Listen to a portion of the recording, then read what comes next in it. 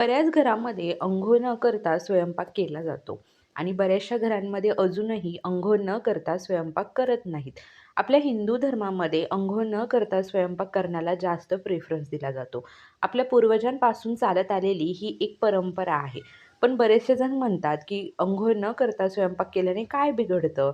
खरंच अंघोळ न केल्याने स्वयंपाक केला तर काहीतरी परिणाम घडतो का? त्याचे काही वाईट परिणाम आपल्याला भोगावे लागतात का? वास्तुशास्त्रामध्ये, धर्मशास्त्रामध्ये असं का सांगितलेलं आहे, की अंघोळ न करता स्वयंपाक करू नये? त्याचप्रमाणे आपल्या पूर्वजांनी ही परंपरा का चालू केलेली आहे आणि ती अजूनही का पाळली जाते? याबद्दल आज आपण या व्हिडिओमध्ये माहिती जाणून घेणार आहोत. त्यामुळे व्हिडिओ स्किप न करता संपूर्ण पहा. श्री स्वामी समर्थ. मी प्रियंका ऑल कंटेंट या चॅनलमध्ये मी तुम्हा सर्वांचं मनापासून स्वागत करते. आपले पूर्वज लोक जे होते, ते सकाळी लवकर पहाटे उठायचे, अंघोळ करायचे, आपल्या घराची साफसफाई करायचे, देवपूजा करून घ्यायचे. त्यानंतर आपल्या गॅसवर शेगडीवरती स्वयंपाक करायचे. सर्वात आधी अन्नपूर्णा मातेचं स्मरण करायचे. आपल्या गॅसची, शेगडीची, चुलीची ते पूजा करायचे आणि नंतर अन्न शिजवायला घ्यायचे. एवढे सगळे नियम ते करायचे. स्वयंपाक करत असताना पहिली चपातीसुद्धा ते गाईला करायचे किंवा देवाला करायचे. म्हणजे एवढे सगळे नियम ते पाळत होते. मग आपल्याला असा विचार पडतो, की एवढे सर्व नियम ते का पाळत होते? त्या हिंदू धर्मामध्ये असं सांगितलं जातं, की ज्या ठिकाणी स्वच्छता आहे तिथे देवांचा वास असतो. जिथे स्वच्छता असते, जिथे सात्विकता असते, जिथे स्वस्तिकता असते, तिथे नकारात्मक विचार कधीच जन्म घेत नाहीत. आणि जिथे सकारात्मक विचार असतात, तिथे सुख, शांती आणि समाधान हे आपोआपच येत असतात.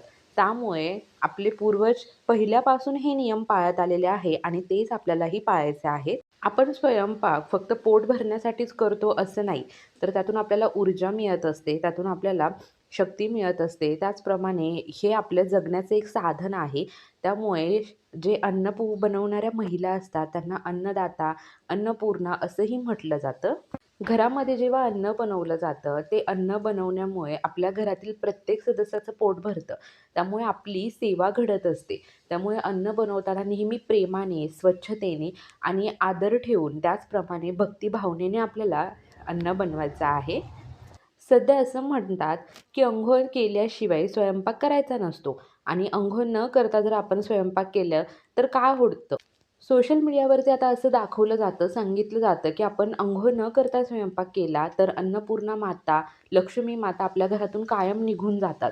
आपल्या घरामध्ये स्वच्छता राहत नाही, सुख, शांती, समृद्धी राहत नाही. सतत घरातल्या व्यक्ती आजारी पडतात आणि घरामध्ये दारिद्र्य येतं.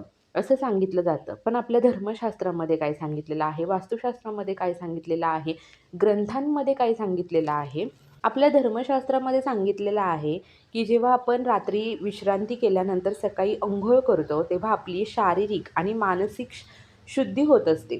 म्हणजे आपल्या पूर्ण दिवसभरामध्ये येणारा घाम असेल, धूळ असेल, आपला जो कंटाळा असेल, तो अंघोळ केल्यानंतर निघून जातो. आपण जास्त फ्रेश होतो, जास्त ताजेतवाने होतो आणि आपलं मन प्रसन्न असतं, तेव्हा आपण स्वयंपाक करत असतो. आणि प्रसन्न मनाने केलेला स्वयंपाक अगदी स्वच्छ आणि तेवढीच काळजी घेऊन केलेला असतो. त्यामुळे हेच त्याचं मुख्य कारण आहे, की अंघोळ करून स्वयंपाक केला जातो. त्याचप्रमाणे वास्तुशास्त्रामध्ये स्वयंपाकघराला अग्नीचे स्थान मानले जाते. अग्नी हा शुद्धतेचे प्रतीक आहे. त्यामुळे नेहमी स्वच्छतेने काळजी घेऊनच आपल्याला स्वयंपाक करायचा आहे. याचा अर्थ असा होत नाही, की एखाद्या दिवशी तुम्ही अंघोळ न करता स्वयंपाक केला, तर काहीतरी अशुभ घडेल.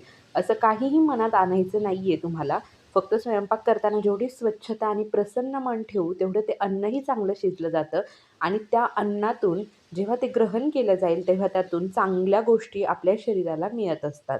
जेव्हा स्वच्छ शरीर, स्वच्छ मन आणि स्वच्छ स्वयंपाकघर एकत्र येतं, तेव्हा आपल्या घरातील आनंदाचं वातावरणही खूप आनंदी राहतं. तुम्ही नक्की एकदा निरीक्षण करून पहा. आता हा व्हिडिओ पाहून तुम्ही घाबरून जाऊ नका.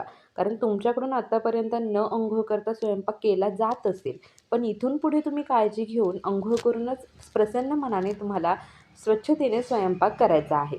आपले पूर्वज हे सगळं सांगतात, त्यामागे काही उगीचच नाही, तर काहीतरी धार्मिक कारणं, काहीतरी आध्यात्मिक कारणं आणि काहीतरी वास्तुशास्त्रानुसार त्यांनी आपल्याला सांगितलेलं आहे. आपले स्वयंपाकघर हे नेहमी स्वच्छ ठेवा, भांडी स्वच्छ ठेवा, घरामध्ये अन्नही स्वच्छ चांगल्या पद्धतीने आणि प्रसन्न मनाने शिजवलं तर त्या घरामध्ये अन्नपूर्णा माता का वास करणार नाही.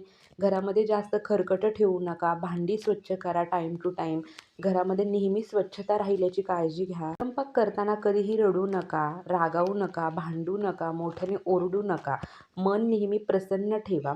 त्याचप्रमाणे तुमच्यामधल्या सात्विक लहरी त्या अन्नामध्ये जात असतात.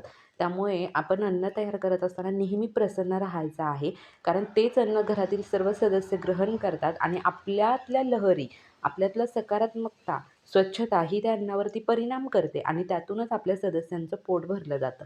त्यामुळे कोणावरतीही वाईट परिणाम होऊ नये यासाठी अन्न शिजवताना नेहमी प्रसन्न मनाने शिजवायचं आहे. अन्न शिजवताना देवाचं नामस्मरण करा, मंत्र म्हणा, सदैव तुमचं काही ना काही चालू असलं पाहिजे. प्रसन्न मनाने हे अन्न शिजवा, मग ते अन्न सात्विक बनतं. सात्विक म्हणजे फक्त शुद्ध शाकाहारीच नाही, तर प्रसन्न मनाने स्वच्छतेने केलेलं अन्न हे सात्विक अन्नच बनतं. अंघोळ न करता स्वयंपाक केल्याने काही बिघडत नाही अशी अंधश्रद्धा पाळू नका. काहीतरी कारण आहे म्हणूनच पूर्वजांपासून ही चालत आलेली परंपरा आहे. तुम्हाला सर्वांना शक्य होईलच असं नाही. सकाळी लवकर उठून अंघोळ करूनच स्वयंपाक करण्याचा प्रयत्न करा, किंवा मग तुम्ही चांगले स्वच्छ हातपाय धुवा, कपडे वगैरे बदला, फ्रेश व्हा आणि नंतर स्वयंपाक करा. एखाद्या दिवशी अंघोळ नाही करणं झालं, काही खूप घाई गडबड असेल, तर एखाद्या दिवशी तुम्ही तेही करू शकता. पण शक्यतो अंघोळ करूनच तुम्ही स्वयंपाक करण्याचा प्रयत्न नक्की करा आणि स्वयंपाक करताना अन्नपूर्णा मातेचं स्मरण नक्की करा. बघा तुमचा स्वयंपाक किती टेस्टी होतो. तर व्हिडिओत सांगितल्याप्रमाणे तुम्हीसुद्धा स्वयंपाक करताना या गोष्टी नक्की पाळा. तुमच्या घरामध्ये सुख, शांती, समृद्धी नांदेल. माता महालक्ष्मी तुमच्या घरात वास करेल. अन्नपूर्णा मातेचा वास नेहमी तुमच्या घरात राहील. कुटुंबातील प्रत्येक सदस्याचं पोट भरलेलं राहील. सर्वांचा आत्मा तृप्त राहील. सुख, शांती, समृद्धी नेहमी घरामध्ये राहील. प्रसन्नतेचं वातावरण तुमच्या घरात राहील. सकारात्मकता तुमच्या घरामध्ये राहील. नकारात्मक विचार, नकारात्मकता तुमच्या घरामध्ये कधीही येणार नाही. तर नक्कीच हे नियम पाळा आणि आपल्या पूर्वजांपासून आलेल्या परंपरेचा नक्कीच आदर करा. माहिती आवडली असेल तर व्हिडिओला लाईक करा, व्हिडिओ सर्वांसोबत शेअर करा. Shri Swami Samarth. Bless you all.